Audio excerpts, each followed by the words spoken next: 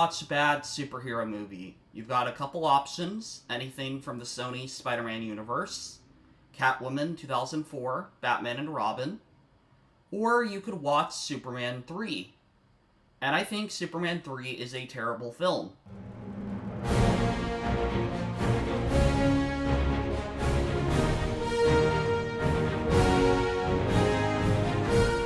Hello everyone, my name is Prism, and welcome back to my series reviewing each of the Superman movies up to Superman, the brand new one directed by James Gunn.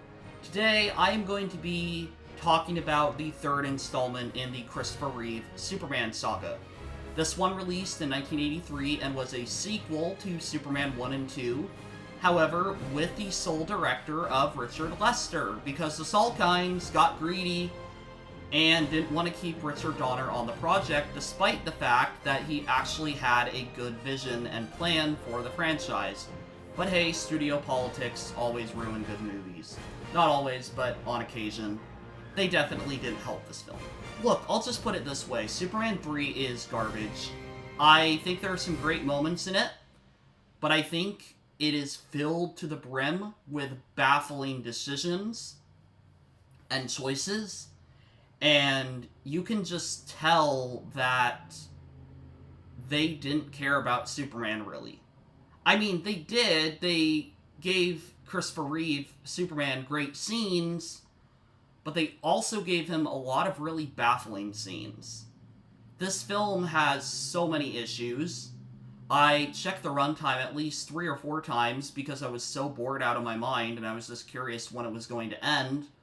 I think there are some really fun parts in this, and I think some of the comedy works, but I think a lot of it is terrible. I really don't know what Warner Brothers were doing greenlighting the script. Because originally Superman 3 was going to involve Brainiac and Supergirl, and yes, there were some very big issues with that script that I won't get into. Yeah, that would have also probably turned out horribly. But at the same time, at least that focused on a Superman villain and a Kryptonian instead of focusing on this random computer genius and stupid slapstick comedy. From the beginning of the film, we already know we're in trouble because we don't have the fanfare over the opening credits. We don't have a beautiful star background. We don't have any flashbacks to the second film. Nope, we just start in the middle of Metropolis with slapstick comedy going on for literally 10 minutes. Maybe not 10 minutes, but it feels like it. There is so much wrong with the opening sequence. It makes fun of so many people. It is baffling that this scene was actually greenlit to be in the script. It is terrible. Warner Brothers, what were you thinking in letting them make a Superman movie that was basically a Richard Pryor movie and Superman is a co-star, when the title is Superman 3? I mean, there's some good ideas in here, and I'll get into those when I get into spoilers, but this is a terrible Superman movie. This is awful. I would even say this is worse than Superman 4, which, no, I haven't rewatched it yet, but at least that film focuses on Superman and isn't that long, so it's less to sit through. But this film is just baffling, and I have no desire to really rewatch it, ever. It's just bad. And I'll explain how bad it is. So, to get into spoilers, I'll quickly end by saying this. I would watch Superman 3 if you want to see the full work of Christopher Reeve and all the Superman films. Christopher Reeve still does a great job, as he does with every single one of these films. He still cares, and you can tell clearly that he still had a heart for this. But no wonder that he wanted to hang up the cape and be done with it after this film, because this is terrible. I do think there are some good ideas in here. I do think there are some interesting concepts, but it's a really, really bad movie, and I'm not going to be generous to it. Alright, so as I said, the opening credits are an abomination. Also, the sidelining of Lois Lane, I mean, I understand why they did it. They were upset that Margot Kidder did not speak positively about the firing of Richard Donner, and I don't blame her, because I think that was an idiotic decision, because they didn't have a plan. They had no idea what they were going to do to replace it. They brought in Richard Lester, who inevitably killed the franchise, and it wasn't entirely his fault. It was the Salkinds for letting him do what he was doing, but still, Margot Kidder did say things, and they weren't very happy about it, so you can clearly tell they sidelined her character. Look, I'll just get into the positives first. I do think the music is still good. I think the idea of Superman fighting himself is a really interesting concept. I think it's more interesting when you make the villain be themselves. So instead of, oh, here's a Kryptonian threat, the hero has to become the villain, and then has to reconcile with that. So, like, Venom in Spider-Man 3. I think the idea of, Spider-Man having to deal with himself, becoming more agitated and more villainous, I think that's really interesting. Do they do a great job with it? Not exactly, but I do think that's more interesting than putting the villain on someone else.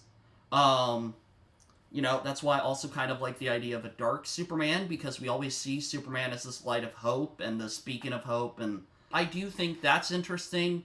Him going back to Smallville, I think that's cute. I think that's cool. Finding his old love interest in Lana Lang. I mean, I do find that a little bit weird. Really? Lana Lang? Like, Lois? Lana? Like, seriously? I especially think it's just kind of weird because the last film he was willing to give up his life for Lois, and, he basically was like, oh, never mind, I'm just gonna fall in love with this other person. I think the actors have great chemistry, I just don't think it's a good romance. I think it was really weird that they put it in here. I think this film would have been much better if you kept the same actors instead of trying to create replacements. Same with Gene Hackman, who didn't want to come back because of Richard Donner leaving. And the villains they have in his place are not as charismatic, not as funny.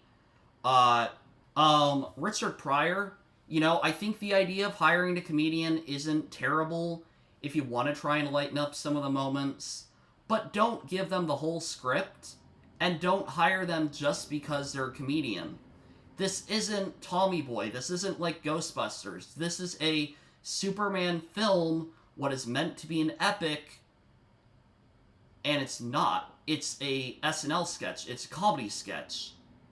It's just bad. Like, some of the things they have him do, I get they're trying to have this message of, oh, computers can do everything, and that can be really bad, and what if they go rogue? But can a computer really change the weather? Like, we're in 2025. I don't think I've seen one computer actually make it rain, because I think if they could do that, then whenever we have a wildfire, they'd just be like, oh, need to turn the rain button on, and we're all fine. But no, the film's just like, we're going to do this because we feel like it.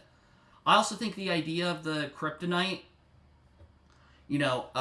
making Superman evil, I think that's a little bit weird. That it just happens to be like, oh, it's kryptonite, but they changed an element in it because they didn't know what it was. But for one, Superman's very receiving of the gift. He's like, oh, yeah, thank you for the gift, even though this should be killing me. But, yeah, for some reason they do that. I think it's also just weird that, like, the way he turns evil, I mean, I like it. I like the idea of evil Superman, and I like the idea of him going dark, especially after 2 films of him being the hero. But I don't think it fully works, and I don't think the scenes are the most satisfying of seeing evil Superman. Like, he straightens the Leaning Tower of Pisa, okay? That's a bit rude, but that isn't, like, world-ending. Oh, I guess he spent the night with her. Really, that I don't find even believable. I really don't. Like, seriously, Superman? That feels like you're going too far. Like, oh, I'm just gonna spend the night with this random lady. That also just feels kind of gross that Superman would do that. There's just some baffling things in here. I think if you want to do evil Superman, do it like Zack Snyder's, where he just becomes more brutal and more agitated. Maybe he kills someone. I know that would really be pushing the bar, but maybe if there was a way for him to redeem himself.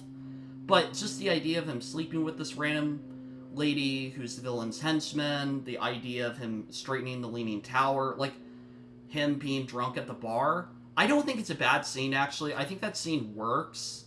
Yeah, it is kind of bad, but I think it's a simple way to show that he's different. Though it doesn't make a lot of sense. Is he just having fun? Like, smashing all these bottles? Like, is that fun for him? I don't really get it. I think the best scene is when he's at Lana's place and, you know, he doesn't go to the bridge in time. I think that's the best scene with him as evil Superman because it's so subtle. Gus Gorman by Richard Pryor, I don't like him. I don't. He's annoying. He's honestly just there because he was on SNL and he liked Superman 2. That is the whole reason. He was excited about Superman 2, he's a comedian, and they're like, hey, let's get that guy, for no other reason than he's a comedian. That is fine if your script is a comedy and Superman is not supposed to be a comedy. If they want to make a comedy Superman film, fine, do a reboot, but don't try and tamper with the vision that has been set by the past 2 films. It's so stupid what they did with this movie. I think the third act is also a mess. Like, seriously? We're playing a Superman video game? Really? This is their big idea for a climax? You know, I do think the computer going rogue has some cool scenes, like one of the villains, his sister turning into a cyborg.